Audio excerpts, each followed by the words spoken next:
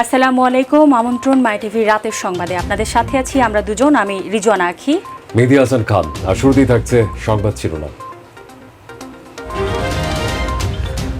৪১তম span বসানোর মধ্য দিয়ে পুরোপুরি দৃশ্যমান পদ্মা সেতু। প্রধানমন্ত্রীর বিচক্ষণ নেতৃত্বে পদ্মা সেতু আজ বাস্তব, বললেন ওবায়দুল কাদের। তৃতীয় দিনের মতো ফুলবাড়িয়া মার্কেটের অবৈধ স্থাপনা উচ্ছেদ করেছে দক্ষিণ সিটি কর্পোরেশন। নানা অভিযোগ ব্যবসায়ীদের। অর্থ পাচারের মামলায় কুয়েতে গ্রেফতার এমপি পাপুলের স্ত্রী ও মেয়েকে ১০ দিনের মধ্যে আত্মসমর্পণের নির্দেশ। সারা দেশে হঠাৎই বেড়েছে শীতের প্রকোপ, বেড়েছে ঘন কুয়াশাও। কাজকর্মে বাধাগ্রস্ত হওয়ায় বিপাকে খেটে খাওয়া শ্রমজীবী মানুষেরা। বলছিলাম সংবাদ শিরোনামগুলো। সংবাদ এছাড়াও থাকছে বরিশালের আগুইল ছাড়ায় ১৮ হাত লম্বা কবর নিয়ে একটি বিশেষ প্রতিবেদন।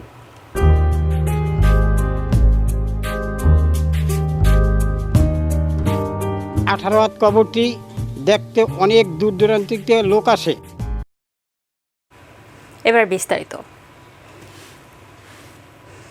স্বপ্নের পদ্মা সেতু, যেটি শুধু একটি স্বপ্নই নয়, চ্যালেঞ্জও। আর সেই চ্যালেঞ্জ মোকাবেলা করে প্রমত্তা পদ্মার উপর দুই পার্কে সংযুক্ত করে আজ পদ্মা পুরোপুরি দৃশ্যমান। দুপুরের সর্বশেষ স্প্যানটি বসানোর মধ্য দিয়ে স্বপ্নের পদ্মা সেতু দুই পার্কে করেছে এক। নূর মোহাম্মদের রিপোর্ট। প্রজন্ম থেকে প্রজন্মের স্বপ্ন ছিল একটি সেতুর, যা দক্ষিণাঞ্চলের মানুষের রাজধানী ঢাকার সঙ্গে যোগাযোগ সহজ করবে। সেই স্বপ্নের পদ্মা সেতু এখন আর শুধু স্বপ্ন নয়, বাস্তব। প্রমত্তা পদ্মার বুক চিরে নানা চড়াই উতরাই পেরিয়ে দুই পার্কে করেছে সংযুক্ত। নিজের অর্থেই পদ্মা সেতু নির্মাণ করে বিশ্বের কাছে আরও একবার সক্ষমতা প্রমাণ করল বাংলাদেশ।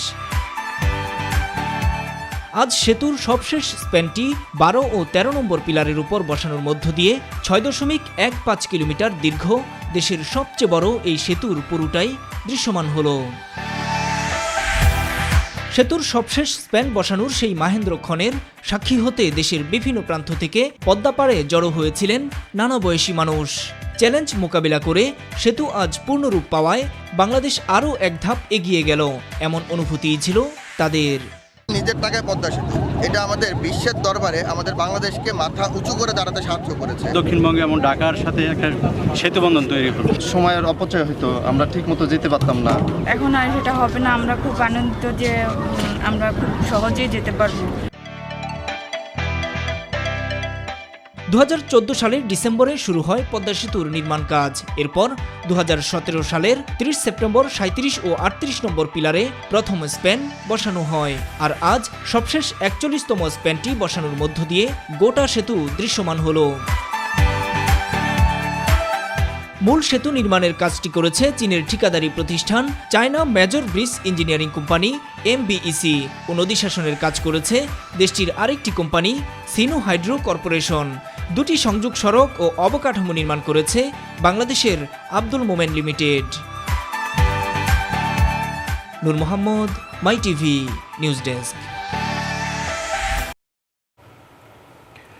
পদ্মা সেতুর জন্য অপেক্ষা প্রায় ২ যুগের।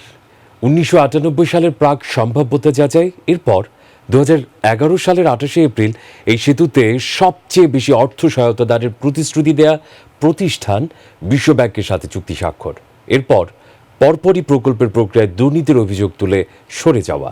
সেই সময়ে নিজস্ব অর্থায়নে পদ্মা সেতু নির্মাণের অঙ্গীকার করেন প্রধানমন্ত্রী শেখ হাসিনা। এরপরই কেবলই সফলতার ইতিহাস। সেই সফলতার কথাই জানাচ্ছেন মাহবুব সৈকত।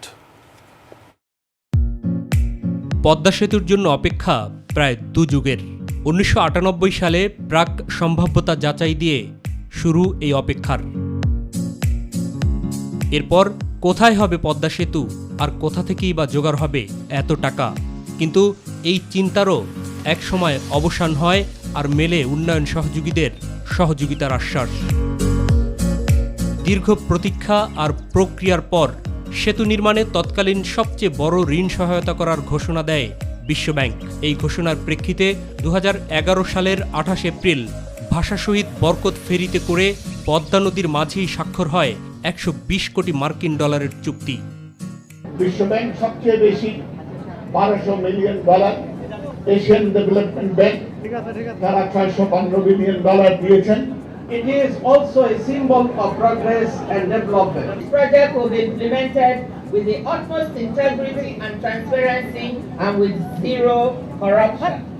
যদিও বিশ্বব্যাংক প্রধানের এই বক্তব্যের মধ্যেই ছিল ষড়যন্ত্রের গন্ধ, আর তারই প্রতিফলন দেখা যায় হঠাৎ করেই এই প্রকল্পের প্রক্রিয়ায় দুর্নীতির অভিযোগ আনে প্রতিষ্ঠানটি। এমনকি নিজেদের এই পদ্মা সেতু প্রকল্প থেকে প্রত্যাহার করে নেয়ারও ঘোষণা দেয় বিশ্ব মোড়ল এই প্রতিষ্ঠানটি। এরপর নিরাশার কালো ছায়ায় পড়ে যায় পদ্মা সেতুর ভবিষ্যৎ। অভিযোগ তদন্তে সক্রিয় হয় দুর্নীতি দমন কমিশন সহ বিভিন্ন সংশ্লিষ্ট সংস্থাগুলো। বিশ্বব্যাংকের চাওয়া পূরণে সরিয়ে দেওয়া হয় তৎকালীন যোগাযোগ মন্ত্রী সহ সংশ্লিষ্ট কয়েকজনকে। পদ্মা সেতুতে কোনো দুর্নীতি হয় নাই, কোনো অনিয়ম হয় নাই। যদিও পরবর্তীতে এই প্রকল্পে কোনো দুর্নীতি না পাওয়ার কথা ঘোষণা দেয় দুদক, আর অব্যাহতি দেওয়া হয় অভিযুক্তদের। আমাদের এই তদন্তকারী দল তারা প্রতিবেদন দাখিল করেছে। এরই মধ্যে নিজেদের অর্থায়নে এই বিশাল স্বপ্ন পূরণের ঘোষণা দেন প্রধানমন্ত্রী শেখ হাসিনা। আমরা প্রাইভেট পাবলিক পার্টনারশিপে করতে পারি, আমরা বিওটিতে করতে পারি, পাশাপাশি আমরা নিজেরাও করতে পারি, এ বিশ্বাস আমার আছে। এই ঘোষণায় নতুন করে স্বপ্ন দেখতে শুরু করেন দেশের মানুষ। নিজের অর্থে বাংলাদেশে একটা কিছু হইতেছে, এটা তো বাংলাদেশের জন্য শুভকামনা। হ্যাঁ, অবশ্যই সাধুবাদ জানাবো। এর জন্য আমাদের দরকার হয়তো আমাদের টিফিনের টাকা দিয়ে আমরা পদ্মা সেতু তৈরি করব, আমরা অন্য কারোর টাকা আমাদের দরকার নেই। এরপর কেবল এগিয়ে চলছে স্বপ্নযাত্রা। 2014 সালে শুরু হয় মূল সেতুর কাজ। অবশ্য জমি অধিগ্রহণ, সংযোগ সড়ক নির্মাণ আর ক্ষতিগ্রস্ত ব্যক্তিদের পুনর্বাসন ও অবকাঠামো নির্মাণের কাজ এর আগেই শুরু হয়েছিল। মূল সেতু ও নদী শাসনের কাজ শুরুর পর নানা চ্যালেঞ্জ এসেছে। কখনো পদ্মার ভাঙন, আবার কখনো কারিগরি জটিলতায় কাজ আটকে গেছে। পরিবর্তন করতে হয়েছে নকশারও, কিন্তু কাজ থেমে থাকেনি। 2017 সালের 30 সেপ্টেম্বর বসানো হয় স্বপ্নের এই সেতুর প্রথম স্পান। বাকি স্পান বসাতে সময় লাগলো 3 বছর 2 মাস। 2021 সালের ডিসেম্বরেই যান চলাচলের জন্য উন্মুক্ত করে দেওয়ার ঘোষণা রয়েছে স্বপ্নের এই সেতু পদ্মার। মাহবুব সৈকত, মাই টিভি, ঢাকা। দক্ষিণ জনপদের মানুষের দীর্ঘদিনের একটি সেতুর স্বপ্ন পূরণে যে বিপুল কর্মযজ্ঞের সূচনা হয়েছিল পদ্মার পাড়ে, তা পূর্ণ অবয়ব পেল আজ। 2014 সালের ডিসেম্বর থেকে 2020-এর ডিসেম্বর পর্যন্ত টুকরো টুকরো স্বপ্নগুলো গেঁথে সেই মালা তৈরির গল্প জানাচ্ছেন মোবাল্লিক করিম। ঘন কুয়াশা, ঝড় বৃষ্টি কিংবা নাব্যতা সংকট, উৎসবে নারী টানে বাড়ি ফেরার চাপ, এর কোনো একটি হলেই ফেরি ও লঞ্চ সহ সব ধরনের নৌযান চলাচল বন্ধ হয়ে যায়। কখনো কখনো ঘটে দুর্ঘটনাও। দক্ষিণ পশ্চিমাঞ্চলের 21 জেলার মানুষকে এর জন্য অপেক্ষা করতে হয়েছে ঘন্টার পর ঘন্টা, কখনো পুরো দিন। অবশেষে পদ্মা সেতুর কল্যাণে এমন চরম ভোগান্তি থেকে মুক্তি মিলবে তাদের। না, সেতুটি এখনই উন্মুক্ত করা হচ্ছে না যান চলাচলের জন্য। তবে সেতু উন্মুক্ত হওয়ার জন্য যে মূল কাঠামোটি প্রয়োজন, সেই কাঠামোটি এখন সম্পূর্ণ রূপ পেয়েছে। সুদীর্ঘ পদ্মা সেতু নির্মাণ, সে তো এক মহাকর্মযজ্ঞ। দীর্ঘ 3 বছর 3 মাস ধরে পদ্মায় বসেছে 41টি স্প্যান। এরও প্রায় 1.5 বছর আগে থেকে শুরু হয়েছে পাইলিং। 6.15 কিলোমিটার দৈর্ঘ্যের একটি সেতু কাঠামো গড়তে যে এই দীর্ঘ 5 বছর সময় লেগেছে, কারণ পদ্মাকে বাগিয়ে এনে এর বুকে একটু সেতুকে দাঁড় করানোই ছিল সবচেয়ে বড় চ্যালেঞ্জ। বিশ্বের সবচেয়ে খরস্রোতা নদীগুলো হিসেবে বিবেচনা করা হয় অ্যামাজনকে, তারপরে স্থানটি পদ্মা নদীর। পদ্মার নদীগর্ভের মাটি এতটাই পরিবর্তনশীল যে মুহূর্তের মধ্যে যে কোনো স্থান থেকে যে পরিমাণ মাটি সরে যায়, তাতে করে 21 তলা ভবনের যে উচ্চতা, সেই উচ্চতার সমপরিমাণ গভীরতায় খাত তৈরি হয়ে যায়। সেটিও মোকাবেলা করতে হয়েছে প্রতিক্ষণে। প্রাকৃতিক দুর্যোগ, ভূমিকম্প সহ একসঙ্গে ভয়াবহ 4 ধরনের ধাক্কা দুর্যোগ সামলে নেওয়ার সক্ষমতা নিয়ে তৈরি বহুমুখী সেতুর মূল আকৃতি হবে দোতলা। কংক্রিট ও স্টিল দিয়ে নির্মিত হচ্ছে পদ্মা সেতু। সেতুর উপরে অংশে যানবাহন ও নিচ দিয়ে চলবে ট্রেন। স্বপ্নের পদ্মা সেতু নির্মাণের সময়ও ব্যয় দুটোই বেড়েছে। শুরুতের ব্যয় 10,162 কোটি টাকা ধরা হলেও সবশেষ তা 3 গুণ বেড়ে এর ব্যয় আপাতত দাঁড়িয়েছে 30,193 কোটি টাকায়। অপরদিকে নকশা প্রণয়ন শুরুর পর 2013 সালে সেতু চালুর ঘোষণা থাকলেও নানা জটিলতায় তা বারবারই পেছাতে হয়েছে। প্রস্তাবনার শুরু থেকে সেতুর নামকরণ নিয়েও হাজারো আলোচনা চলেছে, কিন্তু শেষে জানানো হয় স্বনামেই পরিচিত পাবে সেতুটি। মুবাল্লিক করিম, মাই টিভি। সড়ক পরিবহন ও সেতুমন্ত্রী এবং আওয়ামী লীগের সাধারণ সম্পাদক ওবায়দুল কাদের বলেছেন, বঙ্গবন্ধু কন্যা প্রধানমন্ত্রী শেখ হাসিনার দক্ষ ও বিচক্ষণ নেতৃত্বে শত বাধা অতিক্রম করে পদ্মা সেতু আজ দৃশ্যমান। তিনি বলেন, একজন মানবিক ও সাহসী নেতৃত্বের কারণেই সব অসম্ভবকে সম্ভব করে বাংলাদেশ আজ বিশ্বকে দেখিয়ে দিয়েছে আমরাও পারি। ওবায়দুল কাদের সকালে জয়পুরহাট জেলা আওয়ামী লীগের সম্মেলনে প্রধান অতিথির বক্তব্যের শেষে পদ্মা সেতু বিষয়ে সাংবাদিকদের প্রশ্নের জবাবে এসব মন্তব্য করেন।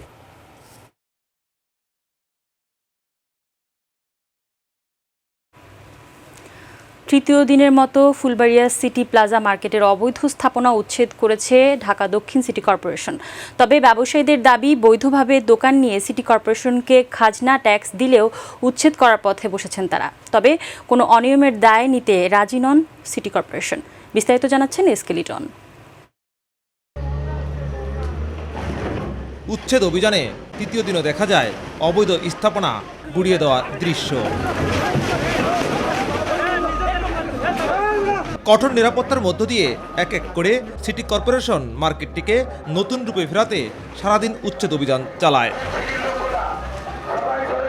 এ সময় চোখে পড়ে কিছু অসহায় ব্যবসায়ী কাগজ নিয়ে ক্যামেরার সামনে কি যেন বলতে চায়।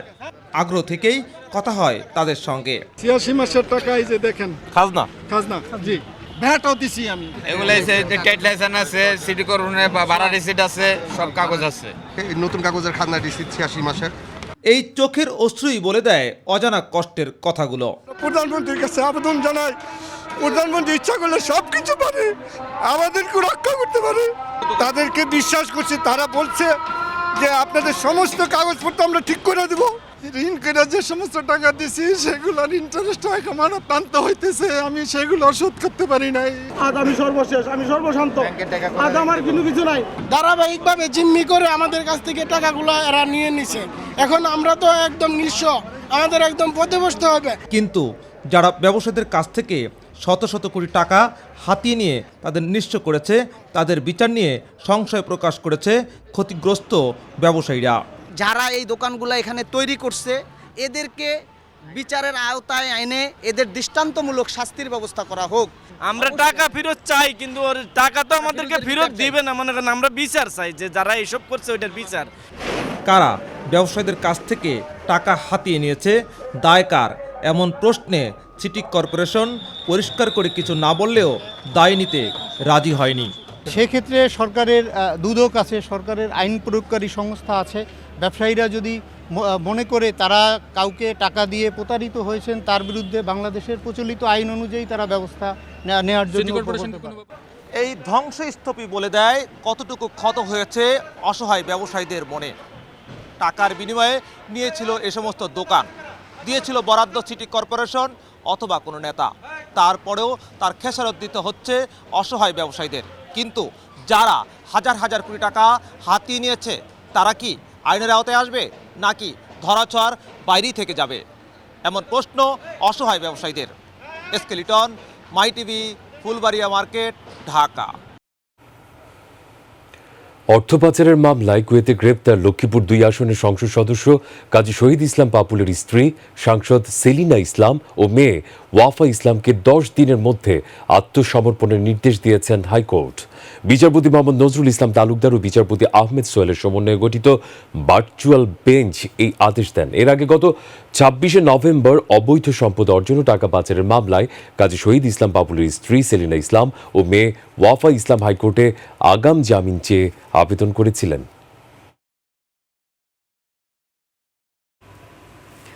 প্রকৃতিতে হঠাৎই বেড়েছে শীতের প্রকোপ। দেশের বেশ কিছু স্থানে তাপমাত্রা কমায় বেড়েছে ঘন কুয়াশাও। এদিকে কুয়াশা আর ঠান্ডায় স্বাভাবিক কাজকর্মে বাধাগ্রস্ত হওয়ায় বিপাকে পড়েছে খেটে খাওয়া শ্রমজীবী মানুষ। ফেরি চলাচল ব্যাহত ও সড়কে যানবাহনের ধীর গতির কারণে সৃষ্টি হচ্ছে যানজট। শিউলি রোজা রিপোর্ট। পৌষের কনকনে শীতে কাবু অনেক জনপদের মানুষ।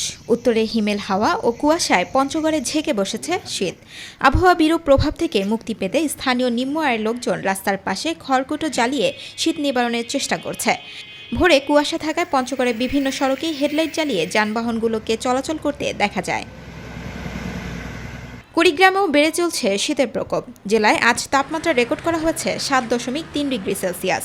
এ অবস্থায় ঘন কুয়াশার সাথে হিমেল হাওয়ায় ভোগান্তি বাড়ছে মানুষের। গরম কাপড়ের অভাবে চরম দুর্ভোগে পড়েছে শিশু, বৃদ্ধা সহ শ্রমজীবী ও ছিন্নমূল মানুষেরা। দিনের বেলায় সূর্যের দেখা না মেলায় বেড়েই চলছে শীতের তীব্রতা। এদিকে ঘন কুয়াশায় ঢাকা পড়েছে সিরাজগঞ্জ। এতে ঠান্ডায় সবচেয়ে বেশি বিপাকে পড়তে হচ্ছে খেটে খাওয়া ও ছিন্নমূল মানুষকে। গতকাল রাতে চারদিক কুয়াশায় ঢাকা পড়লেও আজ বেলা বাড়ার সাথে সাথে কমতে শুরু করে কুয়াশার মাত্রা। এদিকে কুয়াশা আর ঠান্ডায় স্বাভাবিক কাজকর্মে বাধাগ্রস্ত হওয়ায় বিপাকে পড়েছে খেটে খাওয়া শ্রমজীবীরা। ঘন কুয়াশায় বঙ্গবন্ধু সেতু দিয়ে যান চলাচল বিঘ্নিত হওয়ায় সেতুর দুপাশে গত কয়েকদিন থেকে যানজট সৃষ্টি হচ্ছে। এজন্য প্রতিদিনই সেতুর দুপারে যানবাহন আটকা পড়ছে। অপরদিকে ঘন কুয়াশার কারণে মুন্সিগঞ্জের শিমুলিয়া, মাদারীপুরে বাংলা বাজার এবং দৌলতদিয়া পাটুরিয়া রুটে ফেরি চলাচল ব্যাহত হচ্ছে। এতে দুপারে যানবাহন আটকা পড়ে ভোগান্তি পোহাতে হচ্ছে যাত্রীদের। শিউলি রোজা, মাই টিভি। এবারে বিশেষ একটি প্রতিবেদন। একসময় মানুষ লম্বা ছিল, সেটি ইতিহাস স্বীকৃত। তাদের কবরগুলো দীর্ঘাকৃতির। এমনই এক দীর্ঘদেহীর কবর রয়েছে বরিশালের আগুইলঝাড়ায়, যেখানে নরপর্বত জংশের পাইক নামের এক ব্যক্তির কবরটি দীর্ঘ 18 হাত লম্বা। স্থানীয়রা বলছেন, দীর্ঘদেহী মানুষটির কবরটি আগ্রহ সৃষ্টি করে দেশের নানা প্রান্তের মানুষদের। প্রতিনিধি মোহাম্মদ গিয়াসউদ্দিন মিয়ার তথ্যচিত্রে আরও জানাচ্ছেন নূর মোহাম্মদ।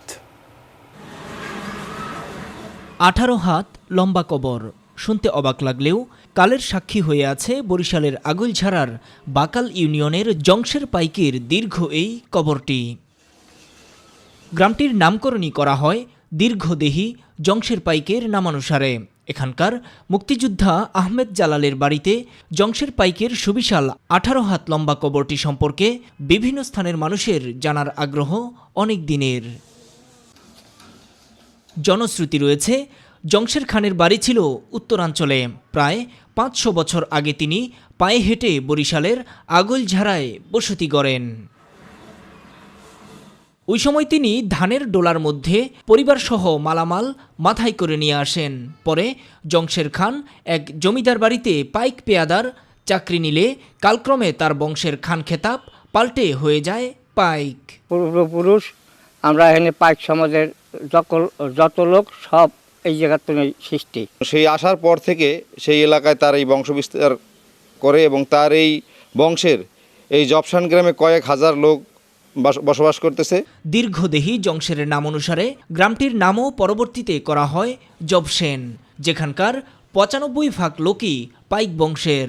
জংশের পাইকের কবরস্থানে আসা যাওয়ার জন্য রাস্তাটি খুব একটা ভালো নয়, কাজেই আমাদের এই রাস্তাটা যাতে হয় এই জন্য সরকারের কাছে আবেদন জানাচ্ছি। 18 হাত কবরটি দেখতে অনেক দূর দূরান্ত থেকে লোক আসে। জংশের পাইকের এই কবরস্থান আমি দেখতে আসছি, খুব ভালো লাগলো। আমরা যে নতুন প্রজন্ম আছি এই জংশের পাইকের স্মৃতি ধরে রাখার জন্য আবেদন জানাচ্ছি। শত শত বছর আগের এই কবরটির চিহ্ন মুছে যাবার আশঙ্কায় 2013 সালে সংরক্ষণ করা হয়। দীর্ঘদিন অরক্ষিত ছিল।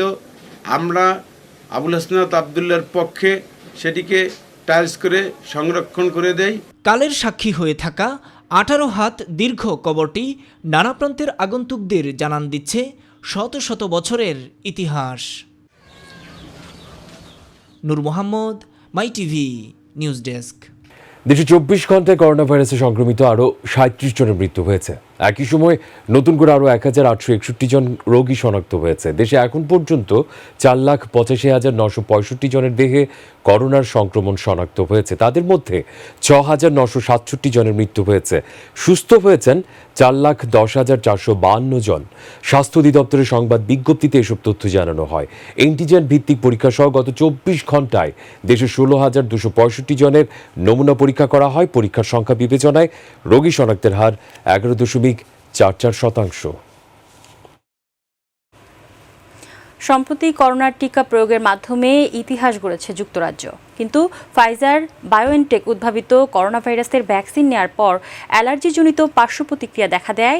কারা এই টিকা গ্রহণ করতে পারবে না এ বিষয়ে এক সতর্কতা জারি করা হয়েছে। বিস্তারিত মার্জিয়া মান্নানের রিপোর্টে।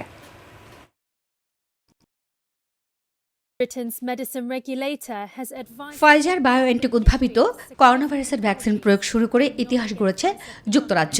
ভ্যাকসিন প্রদান শুরুর একদিন পর যুক্তরাজ্যের ওষুধ নিয়ন্ত্রক সংস্থা একটি সতর্কতা জারি করেছে। সেই সতর্ক বার্তায় উল্লেখ করা হয়েছে, প্রথম ধাপের ভ্যাকসিন কর্মসূচিতে কারা কারা টিকা গ্রহণ করতে পারবেন না।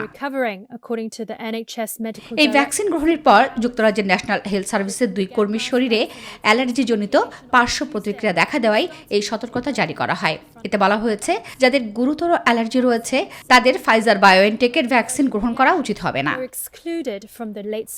যুক্তরাজ্যের ইতিহাসে সবচেয়ে বড় টিকা কর্মসূচি শুরুর দিনে কয়েক হাজার মানুষের সঙ্গে ওই 2 স্বাস্থ্যকর্মীও ফাইজারের ভ্যাকসিন গ্রহণ করেছিলেন।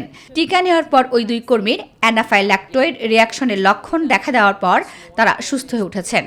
তবে তাদের অ্যালার্জির ইতিহাস রয়েছে। গত সপ্তাহে বিশ্বের প্রথম দেশ হিসেবে ফাইজার বায়োএনটেকের ভ্যাকসিন জরুরি ভিত্তিতে ব্যবহারের জন্য অনুমোদন যায় যুক্তরাজ্য।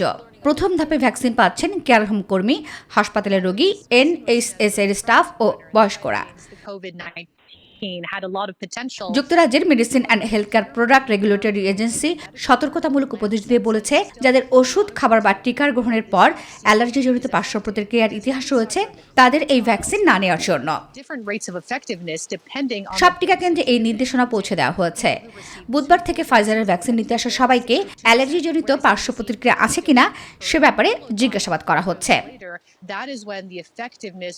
পৃথিবীর অনেক দেশই ফাইজার বায়োএনটেকের টিকা গ্রহণের ক্ষেত্রে আগ্রহ প্রকাশ করলেও এখনো জাতিসংঘের অনুমতি মেলেনি এই ভ্যাকসিনের।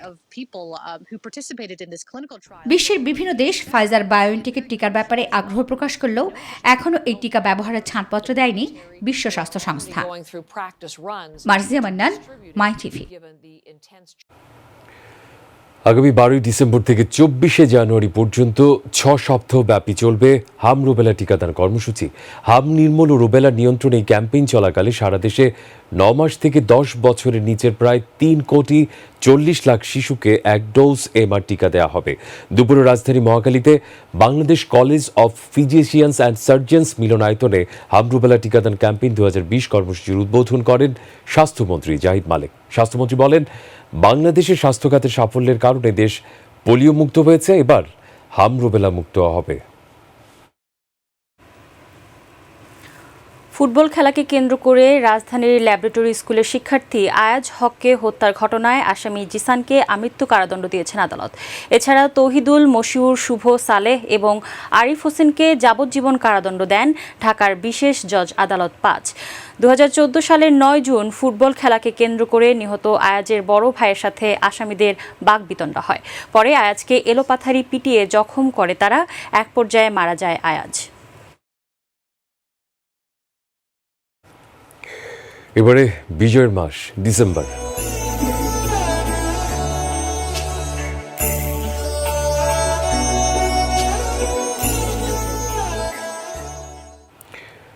ডিসেম্বর ময়মনসিংহ মুক্ত দিবস। 1971 সালের এই দিনে পাকিস্তানি হানাদার বাহিনীর কবল থেকে ময়মনসিংহ মুক্ত হয়। বঙ্গবন্ধু শেখ মুজিবুর রহমানের ডাকে ময়মনসিংহের বীর সংগ্রামী ছাত্র জনতা 27 মার্চ শহরের খাগডহর এলাকায় তৎকালীন ইপিআর ক্যাম্প থেকে অস্ত্র নিয়ে ময়মনসিংহ অঞ্চলে মুক্তিযুদ্ধ শুরু করে। 9 ডিসেম্বর চারদিক থেকে মুক্তিযোদ্ধাদের আক্রমণে দিশেহারা হয়ে পাক হানাদার বাহিনী রাতেই ময়মনসিংহ শহর ছেড়ে পালিয়ে যেতে বাধ্য হয়। পরে 10 ডিসেম্বর ভোরে এফজে সেক্টরের অধিনায়ক ব্রিগেডিয়ার সান সিং বাবাজিকে সঙ্গে নিয়ে মুক্তিযোদ্ধারা সার্কিট হাউসে এসে জাতীয় পতাকা উত্তোলন করে ময়মনসিংহকে শত্রুমুক্ত ঘোষণা করেন। এই দিনে আমরা মুক্তিযোদ্ধারা সকাল 10 তারিখ ভোর 5টায় ময়মনসিংহে প্রবেশ করি এবং ময়মনসিংহে প্রবেশ করার সাথে সাথে জনগণ, ময়মনসিংহের জনগণ আমাদেরকে বিরাট একটা সম্বর্ধনা দেয় এবং আমাদের সাথে সাথে আমাদের অধ্যক্ষ মতিউর রহমান সাহেব উনি এবং বাবাজি শামসিং রাও তিনিও ময়মনসিংহে প্রবেশ করেন। আমরা একই সাথে ময়মনসিংহে আনন্দ উৎসব করি এবং জনগণ আমাদেরকে সম্বর্ধনা। নারী ও কন্যা শিশুর প্রতি জেন্ডার ভিত্তিক সহিংসতা প্রতিরোধে USAID এর উদ্যোগে অনুষ্ঠিত হয়ে গেল 16 দিন ব্যাপী দাওসারা তোলো আওয়াজ 2020-এর সমাপনী। শেষ দিনে অনুষ্ঠিত হয় বিতর্ক প্রতিযোগিতার ফাইনালে দুই প্রতিপক্ষ ছিল ঢাকা বিশ্ববিদ্যালয়ের অপরাজেয় বাংলা এবং জাহাঙ্গীরনগর বিশ্ববিদ্যালয়ের সংসপ্তক। অনুষ্ঠানের প্রধান অতিথি হিসেবে উপস্থিত ছিলেন সাংস্কৃতিক প্রতিমন্ত্রী KM খালিদ। এছাড়াও উপস্থিত ছিলেন USAID এর mission director Derrick S brown এবং রেডিও স্বাধীনের ব্যবস্থাপনা পরিচালক মোর্শেদ আলম।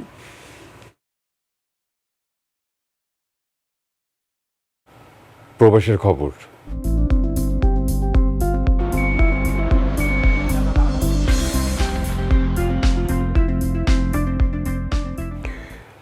উপসাগরীয় দেশ কুয়েতে প্রবাসীদের 2 বছর বা তার চেয়ে বেশি সময়ের পরিবর্তে 1 বছরের জন্য আকামা নবায়নের সিদ্ধান্ত কুয়েত স্বরাষ্ট্র মন্ত্রণালয়ের। এছাড়া কুয়েতিদের বিবাহিত স্ত্রী অন্য দেশীয় হলে তাদের সন্তানদেরও 1 বছরের আকামা নবায়ন করার নির্দেশ দেওয়া হয়েছে। 1 বছরের বেশি সময়ের আকামা নবায়ন স্থগিতাদেশ সকল সেক্টরের কর্মীদের জন্য প্রযোজ্য যারা কুয়েতের অভ্যন্তরে এবং বাইরে রয়েছেন। এদিকে কুয়েতে ডিসেম্বরে শুরু হওয়া সাধারণ ক্ষমার সুযোগ নিতে মাত্র 400 অবৈধ প্রবাসী আবেদন করেছেন নিজেদের আকামা সংশোধন করার এবং 2300 জন প্রবাসী কুয়েত ত্যাগ করার জন্য টিকিট বুকিং দিয়েছে। দর্শক, এই ছিল এখনকার সংবাদে। এছাড়া ইউটিউবে মাইটিভি সংবাদ পেতে ভিজিট করুন youtube/mytvbd নিউজ এবং আমাদের সকল অনুষ্ঠান দেখতে ভিজিট করুন youtube/mytv বাংলা, facebook/mytv বাংলা ও twitter/mytv বাংলা। আমাদের পরবর্তী সংবাদ দেখার আমন্ত্রণ জানিয়ে বিদায় নিচ্ছি আমরা দুজন, আমি রিজন আখি, মেহেদী হাসান খান। দর্শক, করোনা সংক্রমণ রোধে সবাই সতর্ক থাকুন, স্বাস্থ্যবিধি মেনে চলুন। আল্লাহ হাফেজ। আল্লাহ হাফেজ।